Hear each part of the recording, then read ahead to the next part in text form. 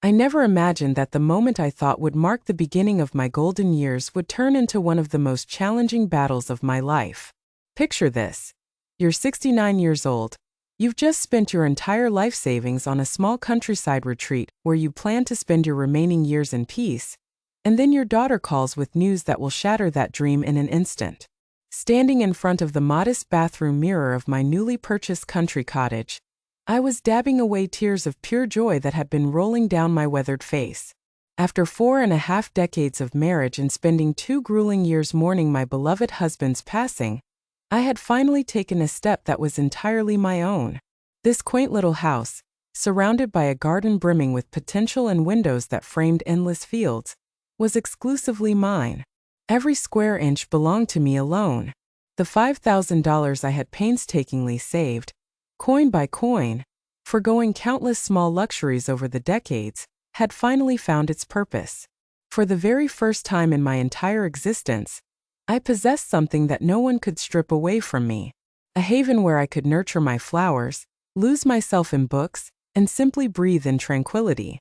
My fingers traced the newly painted cream-colored walls, breathing in the aroma of fresh lumber, experiencing an emotion that had been absent from my life for far too long: absolute liberation. This particular morning had begun perfectly, with breakfast in my compact kitchen while nature's choir serenaded me from outside. I had lovingly tended to the potted plants I'd selected from town and envisioned the perfect spot for my cherished rocking chair. Everything felt ideal. Everything was truly mine at last. Then the telephone's sharp ring pierced through my contentment as I was arranging my modest belongings in the master bedroom wardrobe. Rebecca's name appeared on the screen and I smiled warmly, assuming she might be calling to celebrate my new home purchase, though I was well aware she had opposed this decision from the start. "Mom, you're throwing money away," she had repeated countless times. "You should remain in your apartment near us. Near us, never with us. Close enough to be at their beck and call whenever they required something." "Hello, my precious daughter," I answered with that unwavering maternal warmth that persists despite repeated disappointments. "Mom, prepare yourself. I'll be arriving in 1 hour with 20 members of David's family," she announced without any greeting, using that commanding tone she'd adopted since her marriage. "Cook for everyone and prepare our sleeping arrangements. We're only planning to stay for 2 weeks." Time seemed to freeze. I genuinely felt as though the ground had shifted beneath my feet. My heart began pounding so violently I feared it might burst through my ribs. 20 people, Rebecca? I've only just arrived here. Nothing is prepared. I don't even have groceries for them. Mom, stop being so theatrical. They're family now. You need to receive them appropriately. David mentioned his cousin Emily is bringing her 4 young children. His brother Noah is coming with his wife and their twin boys. Aunts Carol and Beth are also arriving with their entire families. It's vacation season, and they require a cost-free place to stay. Your house is ideal. But Rebecca, there isn't enough room for so many people. This is merely a small 2-bedroom house. And furthermore, there aren't enough beds. We are your family. You have a responsibility to assist us. Besides, why would you purchase such a large house if not for our use? Don't be selfish, Mom. We're already en route, so hurry and prepare everything. Oh, and ensure there are sufficient clean towels for everyone. The children will want to swim in the lake, so also prepare some food for the return journey. See you soon." The line went dead. Just like that. I remained there clutching the trembling phone, watching all the happiness I had experienced mere minutes earlier evaporate like morning mist. 20 people descending upon my new house without warning, without asking whether I could manage, whether I wanted to, whether I possessed the means to accommodate them. Worst of all, they spoke of my house as if it were some complimentary family resort. I surveyed my modest 2-bedroom, single-bathroom home. Where would 20 people sleep? On the floor?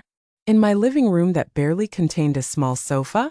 My refrigerator was virtually empty, holding only a few eggs, some milk, and a couple of tomatoes I'd purchased in town. How was I supposed to feed 20 people with that? With what funds was I going to buy food for 2 weeks for such a crowd? What wounded me most deeply wasn't the impossible logistics of the situation. What shattered my heart was the realization that, once again, my opinion was irrelevant. My daughter had made decisions on my behalf. She had commandeered my house, my time, my money, treating me like her personal assistant rather than her mother. As if this house, which I had purchased through my own sacrifice and life savings, was merely a free hotel for her husband's extended family. I sank onto the edge of my new bed, the one I had selected so thoughtfully while imagining peaceful mornings spent reading there, and began experiencing that familiar empty sensation in my stomach. It was identical to what I felt whenever Rebecca and her husband appeared at my previous apartment. They would consume whatever was in my refrigerator, utilize my washing machine, monopolize my television, and abandon everything dirty and chaotic as though it were the most natural behavior in the world. I vividly recalled the day following my husband's funeral, when I desperately needed emotional support. Rebecca had appeared with empty boxes and an artificial smile. "Mom, you possess too many belongings. You need to dispose of all this clutter," she had declared while packing my late husband's books without permission. "We're taking these. You have no use for them. At your age, you don't read as frequently." And I, drowning in grief and confusion, had permitted her to remove half of my memories, including the gold watch that had belonged to my father-in-law. When I sold the apartment to purchase this house, she had pressured me to give her the money to invest more wisely. "Mom, you don't comprehend finances. I know how to make that money multiply," she had told me with that patronizing smile I despised so intensely. When I declined, she refused to speak to me for an entire month. And now, on my very first day in my new house, she was already asserting her entitlement to use it as though it belonged to her. Tears began streaming down my cheeks as I gazed out the window at the garden I had fantasized about cultivating. In 1 hour, all this silence, this serenity, this sense of freedom would transform into absolute chaos. I remained seated on my bed for several minutes, attempting to process what had just occurred. The silence of my new house, which moments earlier had seemed so beautiful and peaceful, now felt oppressive and ominous. In less than an hour, this sanctuary I had constructed through such sacrifice would become a place of turmoil and endless demands. I slowly rose, feeling the burden of my 69 years more acutely than ever. My legs trembled slightly as I walked to the kitchen, where I opened the refrigerator with a mixture of hope and desperation. The reality was even more dismal than I remembered. 3 eggs, half a gallon of milk, 2 tomatoes, a piece of cheese I had bought the previous day, and a bottle of water. That was absolutely everything I possessed to feed 20 people. I opened the cabinets with shaking hands. 1 can of beans, another of tuna, a half-empty bag of rice, salt, pepper, and oil. I didn't even own enough plates. I had purchased a set for 4 people, believing it would be more than adequate for my needs. I never imagined my daughter would transform my home into a family refugee center. I checked the clock. 50 minutes remaining. 50 minutes to perform a miracle. I grabbed my purse and car keys, knowing I would need to travel to town for groceries. But when I examined my wallet, my heart sank even further. After paying for the house, essential furniture, and moving expenses, I only had $300 remaining until next month. How could I possibly buy food for 20 people for 2 weeks with that amount? The drive to town felt interminable. Every passing minute was one less minute to prepare whatever I could manage. In the small-town supermarket, I rushed through the aisles like a woman possessed, mentally calculating every dollar spent. Rice, beans, pasta, tomato sauce, some inexpensive vegetables, bread. Nothing fancy, nothing special, just basic food that could be stretched for many people. The final bill came to $240, nearly everything I had left. When I returned home, only 20 minutes remained. 20 minutes to transform my small kitchen into a restaurant capable of feeding an army. I put water on to boil for the rice and pasta. I opened cans frantically. I chopped vegetables with tears streaming down my cheeks. They weren't tears from onions. They were tears of rage, helplessness, and profound sadness about what was happening. As I cooked, I couldn't stop thinking about how I had reached this point. After my husband's death, I had tried to be the perfect mother, the understanding mother-in-law, the available grandmother. When Rebecca needed a babysitter, I was there. When she needed to borrow money, I was there. When she wanted to use my car because hers was being repaired, I was there, always available, always willing, always saying yes. I remembered when David, my son-in-law, had appeared at my old apartment with 3 friends without warning, expecting me to cook and provide refreshments for them all weekend during a football game. "My mother's out of town and you cook so wonderfully," he had told me with that fake smile that irritated me immensely. And I, as always, had rushed to the supermarket, spent my money, and cooked for them as if I were their personal chef. Or the time Rebecca had asked me to care for her sister-in-law's children because she had a family emergency. 3 small children for an entire week without paying me a cent, without even asking if I could manage it. When I mentioned having to cancel my doctor's appointments to care for them, she had said, "Oh, Mom, don't be so dramatic. Besides, it's beneficial for you to have something to do, so you don't feel so lonely." Lonely? That word echoed in my head as I stirred the tomato sauce. I felt lonelier surrounded by my family than when I was truly alone, because genuine solitude is honest. It doesn't pretend to love you while exploiting you. The sound of approaching vehicles pulled me from my thoughts. I looked out the window and witnessed 3 cars full of people emerging as if they were arriving at an all-inclusive resort. Children screaming, adults laughing, suitcases being dragged from trunks. And there was Rebecca orchestrating the entire scene as the official hostess of my house. "Mom," she shouted from outside, "come help us with the luggage."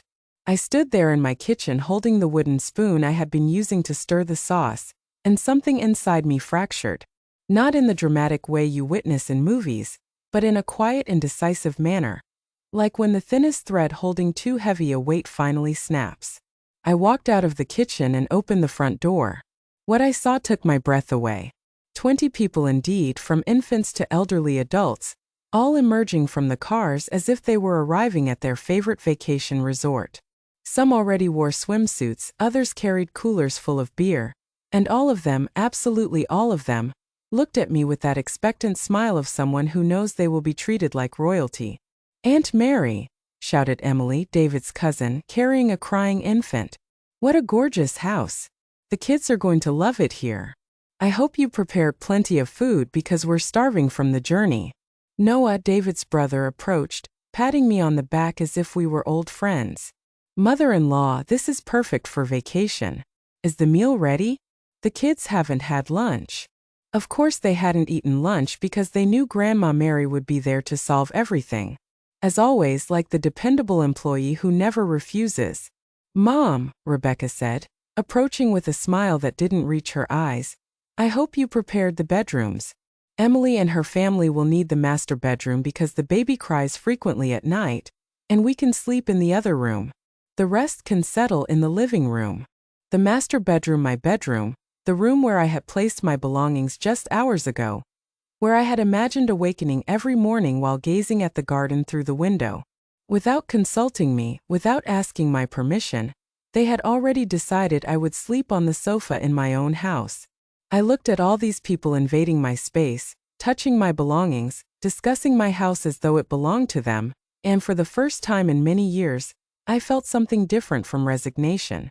I felt a small but genuine spark of something I had forgotten existed: indignation.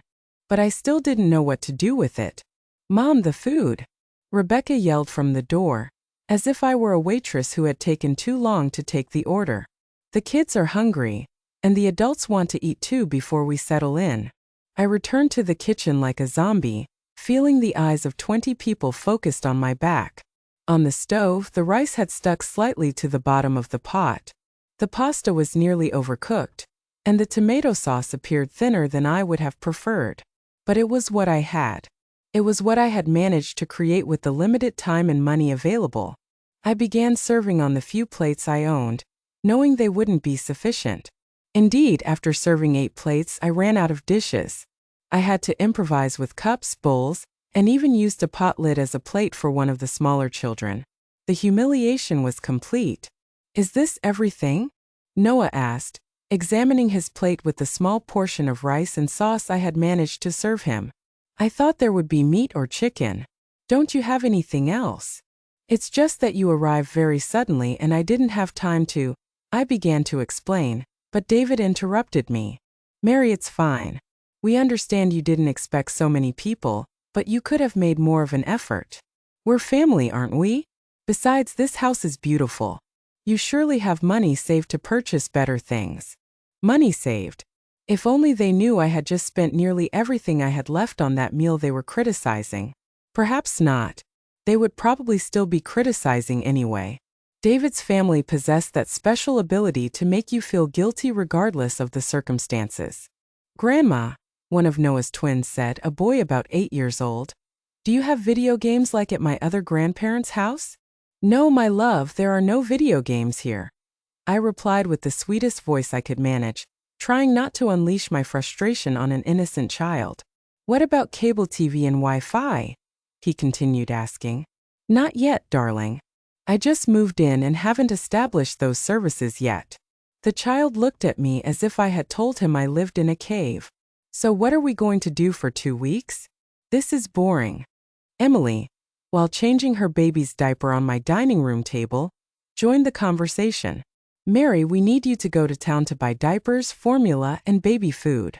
I forgot to bring enough for 2 weeks. We also need sunscreen, mosquito repellent, and several other items. She handed me a handwritten list on a napkin. Here's everything written down. You can go this afternoon. I took the list with trembling hands. Diapers, formula, sunscreen, repellent, sanitary napkins, headache medicine, aspirin, antacid, children's shampoo, antibacterial soap, laundry detergent. The list seemed endless. I mentally calculated at least $200 more the last $200 I had remaining. Emily, I said, trying to remain calm, I don't have much money available right now. I just bought the house and, oh Mary, she interrupted, laughing, don't be so dramatic. They're just basic items. It won't bankrupt you. Besides, it's for your family. I'm sure you have something saved for emergencies. Emergencies? They were my emergency, but not the kind I had planned for. Paul, one of David's uncles, approached with a beer in his hand, a beer he had taken from his own cooler, fortunately, because I didn't even have beverages. Mary, where can we store our things? We need space in the refrigerator for our beers and food. I opened my small refrigerator, which was already full with the few items I had bought that morning. Well, you can move my things, Paul said, already beginning to remove my belongings from the refrigerator to make room for his own. And where is the room where Robert and I are going to sleep? You only have 2 bedrooms, and Rebecca said that. Oh, don't worry, I replied.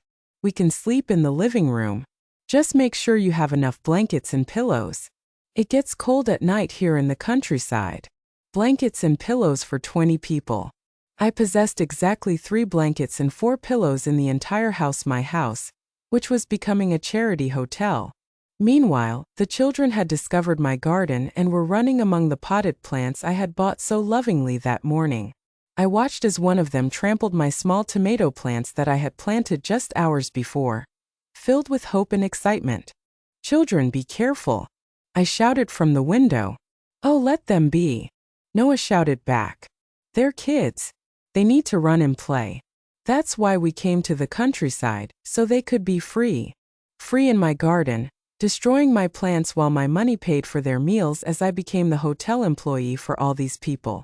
Rebecca approached me as I washed dishes in the small kitchen sink. Mom, I need to speak with you. David's family is very excited to be here. But I think you could try a little harder to make them feel welcome. I turned to look at her, my hands dripping with soapy water. Try harder. Yes, Mom. The food was basic and the house feels a little cold, as if you don't want us here. Remember, this is an opportunity for you to get to know your son-in-law's family better. You should be grateful they want to spend time with you. Grateful. That word resonated in my head like a slap. Grateful that 20 people invaded my house without permission, spent my money, criticized my food, destroyed my garden, and treated me like their personal employee. Besides, Rebecca continued, I hope you don't plan on charging them anything to stay here. That would be very stingy of you. Charging them. The idea hadn't even occurred to me, but now that she mentioned it, why not? If this were any other place, they would be paying at least $100 per night per room. 20 people for 2 weeks, that would be thousands of dollars. But I said nothing. Not yet. I just nodded and continued washing dishes, feeling that small spark of indignation I had felt before slowly beginning to grow in my chest.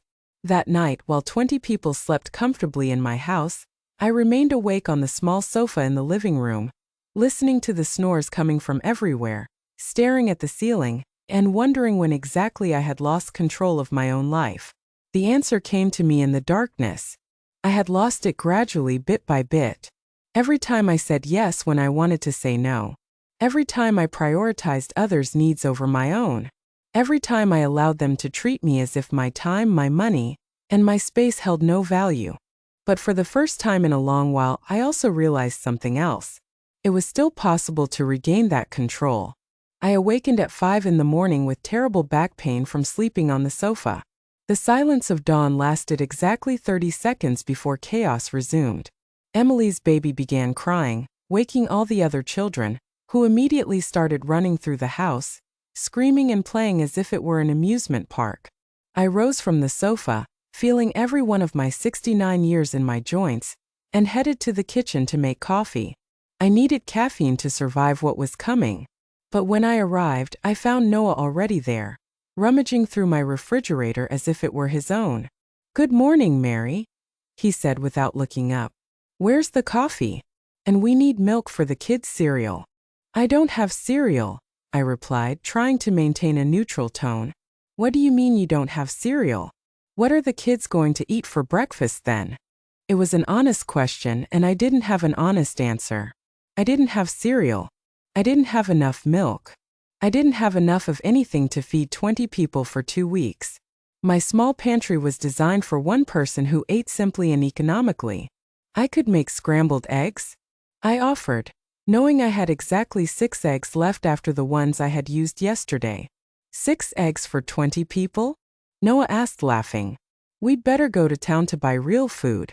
But make it quick because the kids will be hungry soon." "Let's go," as if it were a joint decision, as if the money belonged to both of us, as if I hadn't just spent my last savings yesterday on a meal they had criticized.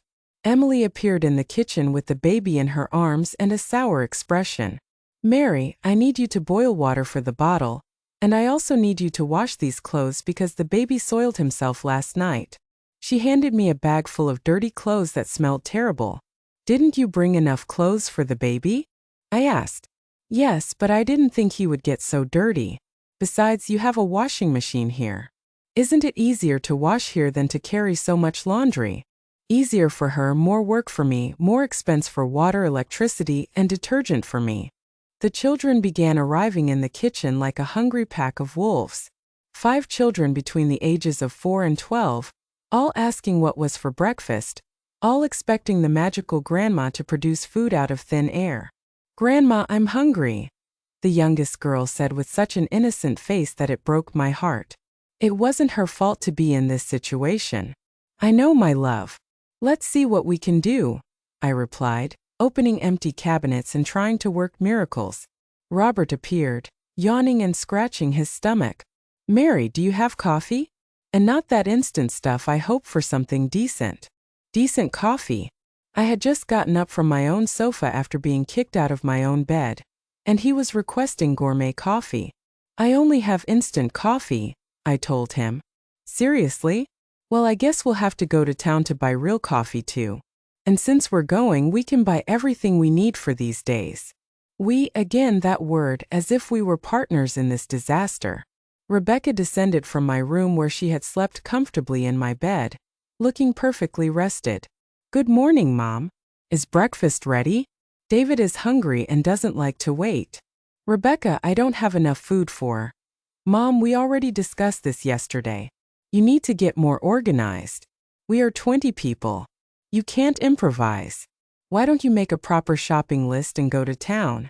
We can stay here taking care of the house." Taking care of my house while I spent my money buying food for them. David appeared behind Rebecca with that fake smile I also knew well. "Mother-in-law, good morning. I heard you're going to town. Can you bring cigarettes and beer? The ones we brought won't last 2 weeks. We also need charcoal for a barbecue tomorrow." Cigarettes, beer, charcoal.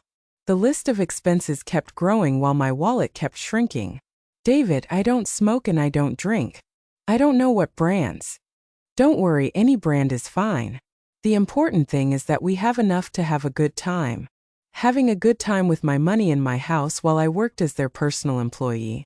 Paul joined the group in the kitchen. Mary, last night I talked to Robert, and we thought it would be a good idea to have a big barbecue for the whole family. We can invite more relatives who live nearby. What do you think about organizing something for the weekend? More relatives? I asked, feeling my blood pressure rise. Yes, we are a big, close-knit family. It will be fun. We just need you to buy meat for about 30 people. Nothing out of this world. 30 people. Meat for 30 people. I mentally calculated at least $500 more money I definitely didn't have. I don't think I can afford. Oh, Mary, Emily interrupted. Don't be stingy. It's a family gathering. Besides, with what you're saving by not paying for a hotel for all of us, you can surely afford a barbecue. Not paying for a hotel as if being in my house was free.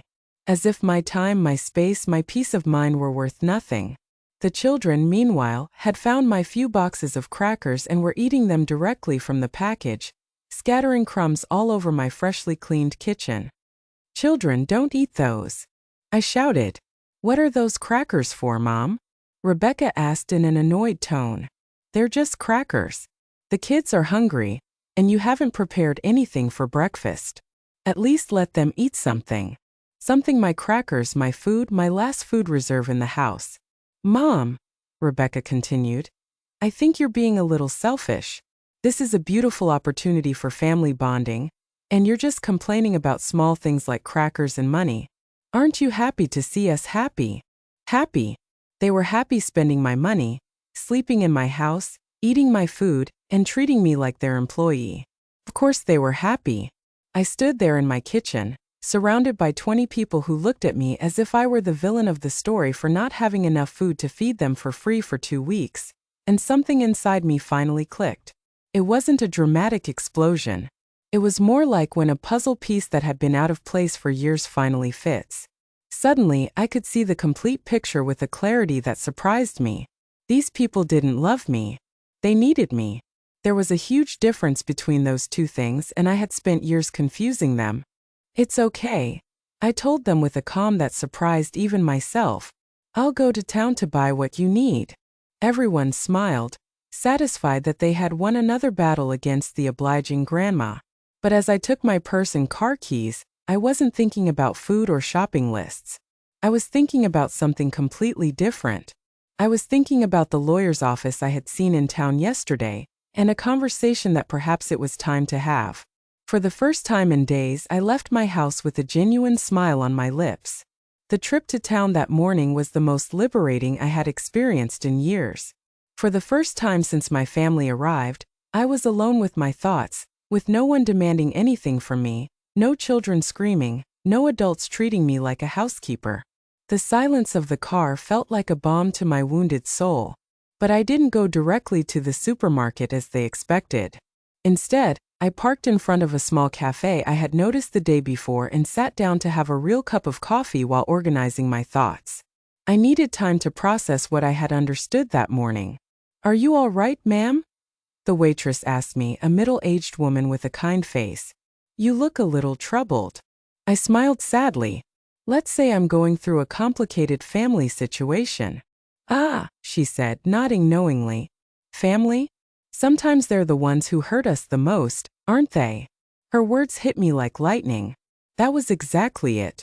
My own family was the one hurting me the most, and I had been so accustomed to the pain that I had started to think it was normal. After coffee, I walked through the small town until I found what I was looking for.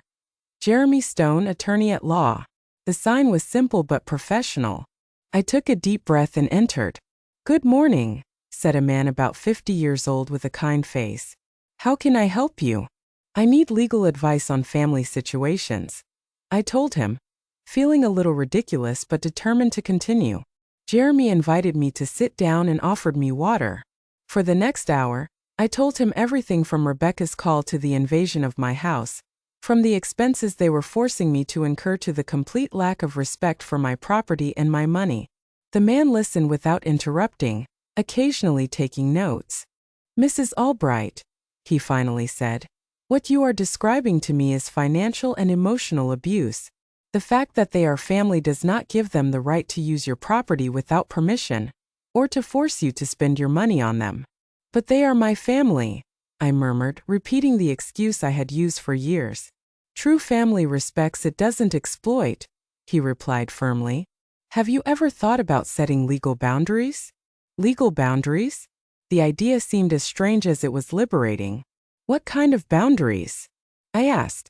Well, for example, your house is your private property. You have the absolute right to decide who can be there and under what conditions. If someone refuses to leave when you ask them to, they are technically trespassing. Trespassing my own family.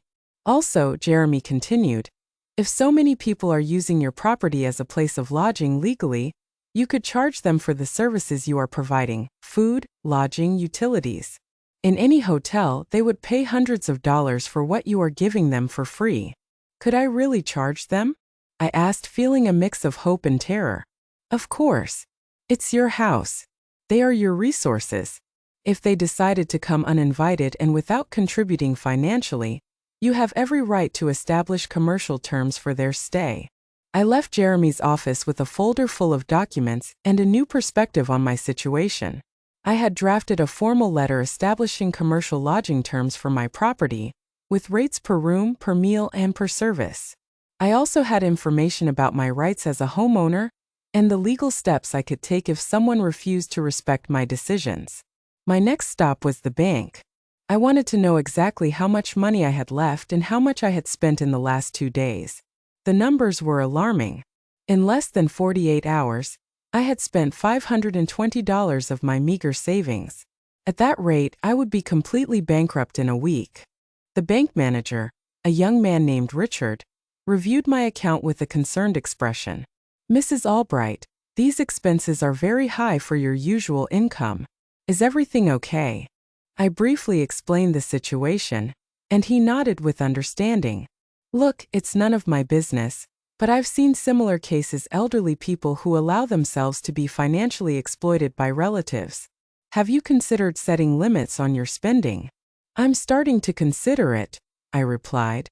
If you need help controlling your expenses or setting a budget that protects you from unintentional overspending, we can help you. We can also configure your account to require special authorization for expenses over a certain amount. It was another tool I didn't know existed, another way to protect myself from my own misguided generosity. Finally, I went to the supermarket, but this time I only bought the basics: rice, beans, pasta, tomato sauce, some cheap vegetables. No luxuries, no meat for barbecues, no beers or cigarettes. I spent exactly $50. When I returned home 3 hours later, I was greeted by a chorus of complaints. Mom, you took forever. Rebecca shouted. The kids are starving and so are we. Where's the meat for the barbecue? Paul asked. And the beer? David added. The cigarettes? Robert insisted. I looked at them all standing in my living room in my house, expecting me to solve all their problems with my money. And for the first time in years, I didn't feel guilt. I felt clarity. I brought basic food, I told them calmly. Rice, beans, pasta. Enough so no one starves. But what about everything we asked for? Emily insisted. I didn't buy it, I replied simply. The silence that followed was deafening. 20 people looked at me as if I had lost my mind. What do you mean you didn't buy it? Noah asked incredulously. I don't have money to buy meat for 30 people or beer or cigarettes or all the other things you asked for. I only have money for basic food. But Mom, Rebecca intervened with that condescending voice I hated so much, we know you have money saved. Don't be stingy. I took out the papers I had obtained from the bank and showed them. These are my bank statements. In 2 days, I've spent $520 of my savings. I have less than $300 left until next month. There's no saved money, no secret reserves. This is all I have. The papers pass from hand to hand like evidence in a trial. The faces of disbelief slowly transformed into faces of annoyance. Well, then we'll have to find alternatives, David said finally. We can all contribute to the expenses. Excellent idea, I replied, pulling the other folder from my bag. In fact, I went to see a lawyer this morning and prepared a document that establishes commercial rates for lodging on my property. The silence returned, but this time it was different. It was the silence of people who had just realized that their victim was no longer a victim. It's $100 per room per night, $50 per person per day for meals, and $20 per day for basic services like water, electricity, and laundry. I continued reading the document. So far, in 2 days, the total would be $2,800. I could have heard a pin drop. You're charging us to stay in your house? Rebecca asked in a shrill voice. No, I replied with as much calm as I could muster. I am offering you the option of paying for the services you are receiving or finding lodging elsewhere. For the first time in years, I was in control of the conversation. The explosion that followed was epic. 20 people talking at the same time, shouting, protesting, trying to make me feel guilty with all the manipulation tactics they had perfected over the years. But something had changed in me. It was as if I had built an invisible wall that didn't let their hurtful words pass through. This is ridiculous, David shouted. We're family. You can't charge us to stay in your house. Since when are you so greedy, Mom? Rebecca added with crocodile tears in her eyes. Dad would be rolling in his grave if he knew you were charging his own family. Mentioning my late husband was the final straw, but not in the way she expected. Instead of breaking me, it gave me strength. Your father, I told her in a firm voice, worked his whole life so I would have financial security. He would never have allowed his family to treat me like a housekeeper in my own home. We're not treating you like an employee, Emily protested. We're giving you the opportunity to spend time with your family. Spend time, I repeated with a bitter laugh. Emily, since you arrived, you've made me wash your baby's clothes, boil water for his bottles, and demanded that I buy diapers and formula with my money. Is that spending time? But we're family, she insisted. That's what family does. What family does, I replied with a clarity that surprised even myself, is respect each other, contribute equally, and not abuse each other's generosity. What you are doing is exploitation. Noah approached with a menacing look. Mary, I think you're going crazy. Maybe you need medical help. This isn't you. You're right, I replied unfazed. This wasn't me before. The old Mary let herself be walked all over, spent her savings on people who treated her badly, and confused being used with being loved. But that Mary no longer exists. Mom, this is embarrassing, Rebecca shouted. What will people think when they find out you charged your own family for lodging? The same people who would think badly of you for showing up uninvited at a 69-year-old woman's house and expecting her to support you for free for 2 weeks, I replied. Paul tried a different approach. Mary, let's be reasonable. We understand you have expenses, but these rates are exaggerated. We can give you something symbolic, $50 for the entire stay. $50? I repeated slowly. For 20 people for 2 weeks, that's less than 18 cents per person per day. Do you know how much you paid for gas to get here? Probably more than $50 per car. But that's different, Robert protested. Different? Why? Because your money is worth more than mine? Because your expenses are important but mine aren't. The living room filled with murmurs and long faces. I could see them looking at each other, trying to decide what strategy to use. It was then that my salvation appeared in the form of a woman about 60 years old with a basket of vegetables in her hands. It was Martha, my neighbor, who had come to welcome me to the neighborhood. Good morning, she said from the open door. I'm Martha. I live next door.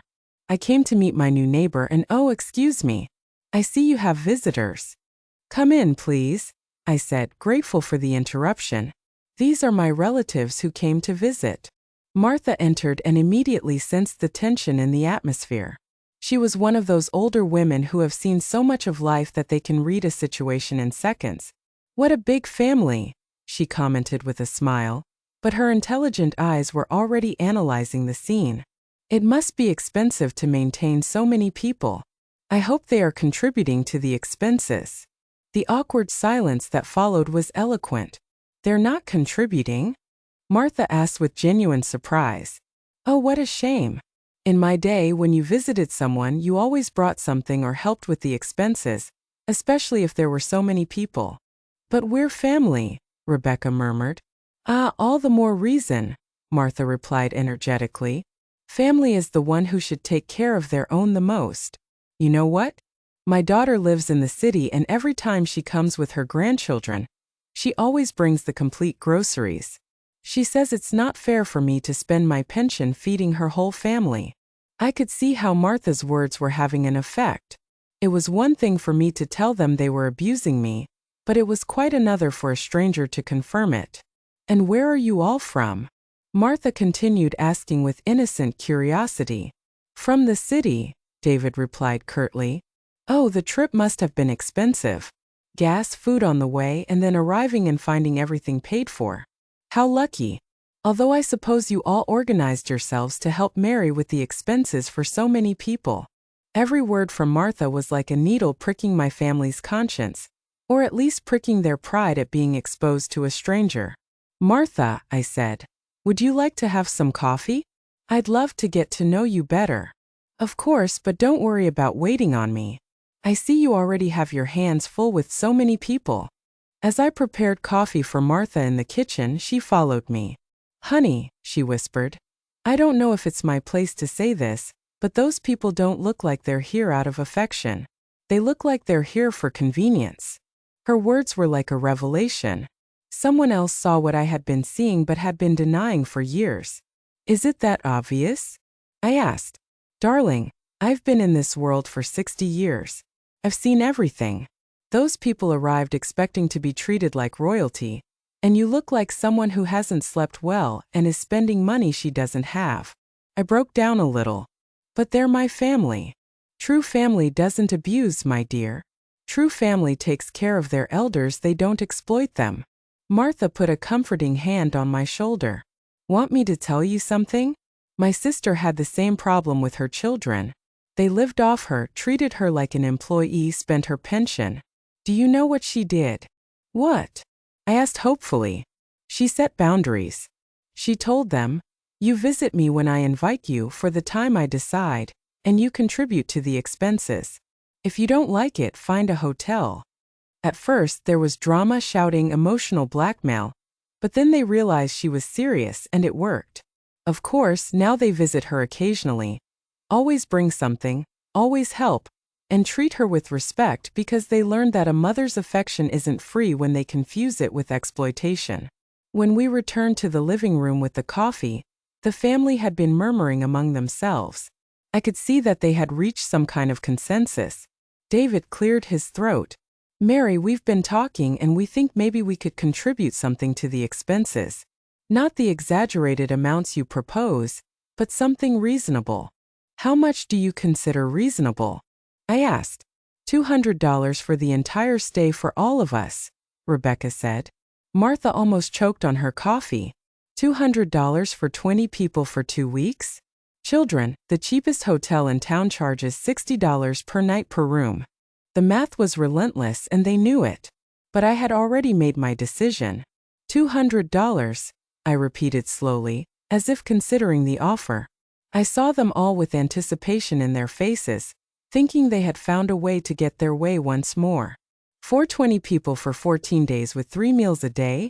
Lodging, water, electricity, gas, laundry, and cleaning? Exactly, Rebecca said with a triumphant smile. See, we're reasonable. We want to contribute. Martha looked at me with that expression only wise women have when something good is about to happen. She had perfectly understood what was happening. Okay, I finally told them. I accept your proposal. Everyone sighed with relief. They thought they had one, but I continued. With one condition. Since this is now a commercial transaction, I want you to sign a lodging contract. A contract? Noah asked suspiciously. Of course. If you're going to pay for services, we need to clearly establish what those services include and what they don't. It's to protect everyone. I took out the papers Jeremy had prepared and placed them on the coffee table. This contract specifies that for $200, You are entitled to sleep on the living room floor. One basic meal a day, rice and beans, access to the bathroom during specific hours, and nothing else. 1 meal a day? Emily shouted. But we expected 3 meals. Of course you can have 3 meals a day, I replied sweetly. But that's in the premium package, which costs the $2,800 I originally mentioned. This is absurd, David exploded. You're crazy if you think we're going to sign that.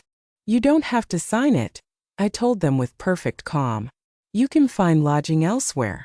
In fact, I think that would be best for everyone. Mom, Rebecca shouted. You can't kick us out. We're your family. I'm not kicking you out, I replied. I'm giving you options. You can pay the commercial rates for the services you want. You can pay for the basic services you can afford. Or you can find alternatives that better fit your budget. Martha slowly applauded. Bravo! That's exactly what my sister needed to do. Clear options, fair terms, no emotional blackmail. You stay out of this, Rebecca shouted at Martha. This is a family matter. You're right, Martha replied, standing up. It is a family matter, and a good family doesn't treat its elders like that. She headed for the door, but before leaving she turned to me. Mary, if you need anything at all, you know where I live. And if these people cause you problems, don't hesitate to call me. Here in town, neighbors look out for each other. After Martha left, the living room fell silent. I could see the wheels turning in their heads, trying to find a new strategy. Paul tried the guilt approach. Mary, your husband and I were very close. He considered me like a brother. Do you think he would like to see you treating his in-laws like this? My husband, I replied, taught me to value myself. He taught me that true love is shown through actions, not words. And he taught me that allowing others to abuse you isn't love, it's cowardice. Robert tried intimidation. Mary, I don't think you realize the situation you're getting yourself into. There are many of us, and you're alone. It's not smart to make enemies of the family. His words would have terrified me before, but now they only confirmed what I already knew. These people didn't love me. They needed me. And when they couldn't use my love, they resorted to fear. Are you threatening me in my own home? I asked with a calm that surprised me. It's not a threat, he replied quickly. I'm just being realistic. The reality, I said, is that you came to my house uninvited, expecting free services you can't afford. The reality is that when I asked you to contribute equally, you refused. And the reality is that now that I offer you fair options, you resort to threats and intimidation. Emily began to cry, a dramatic cry designed to manipulate. I can't believe how cruel you've become, Mary. My baby needs stability, and you're throwing us out into the street. Your baby, I replied, needs parents who can afford his basic needs without relying on exploiting an elderly woman. If you can't afford a vacation, maybe you shouldn't take one. The children who had been playing in the garden ran in. Grandma, why is everyone shouting? The youngest asked. My heart broke a little. The children were innocent in all this, but their parents were using them as emotional shields. The adults are having a serious conversation, I replied gently. Why don't you go play outside for a little longer? But we're hungry, one of the twins said. Is the food ready? I looked at all the adults in the living room. None moved to take care of their own hungry children. They expected me to do it as always. Parents, I said, your children are hungry. In the kitchen there's rice and beans that you can prepare for them. You're not going to cook? Noah asked incredulously. I cooked yesterday and the day before. Today you can cook, I replied. But we don't know how to cook, Emily protested. Then maybe it's time to learn, I replied. Or you can take the children to eat in town. There are several restaurants. David stood up abruptly. This is the last straw, Rebecca. Pack our things. We're leaving right now. Where? Rebecca asked in a panic. We don't have reservations anywhere. We'll find something. Anything is better than being here with this version of your mother. I remained seated, watching them run back and forth, hastily packing their belongings. Part of me felt sad watching the chaos, but a larger part felt relieved. Mom, Rebecca said to me when they had everything packed. This isn't you. I don't know what's happened to you, but I hope you reflect on what you've done today. You've destroyed your family for money.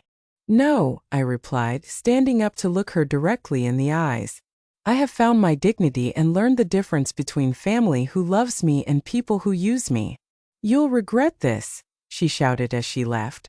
When you're alone and sick, don't come asking us for help. I prefer to be alone with dignity than accompanied without respect, I replied. One by one they got into their cars. This time there were no tears from the children because they had understood that this visit was different. This time there were no shouts or dramatic protests, only the resignation of people who had lost their favorite victim. I watched them drive away and felt something I hadn't felt in years: complete peace. That night Martha came to dinner. She had made chicken stew and I had prepared rice with pigeon peas. We ate on my porch watching the sunset over the fields, talking about our garden plans. Do you feel good about your decision? She asked me. I feel free, I replied. For the first time in years I feel free. 6 months later, my house had truly become my home. My garden flourished. I had a small network of friends in town, and I had started taking painting classes at the community center. My days were filled with activities I chose to do, not ones I was forced to do. Rebecca called me occasionally whenever she needed something: money borrowed, babysitting, solving a problem. I listened patiently and then told her, I'm sorry, my love, but I can't help you with that. First she would get angry. Then she would beg, then she would threaten. Now she simply hangs up. I have learned that loving someone doesn't mean allowing them to hurt you. I have learned that being generous doesn't mean exhausting yourself for others. I have learned that true family takes care of you as much as you take care of them. And I have learned something even more important: it's never too late to reclaim your life, your dignity, and your right to be happy. This morning I woke up to the sound of birds singing, brewed my coffee in my clean and tidy kitchen, and went out to water my plants, which are growing beautiful and strong just like me. If this story resonated with you or made you think about your own boundaries with family, I'd love to hear your thoughts in the comments below. And if you enjoyed this story, please consider subscribing for more real-life tales about finding strength and dignity in unexpected moments.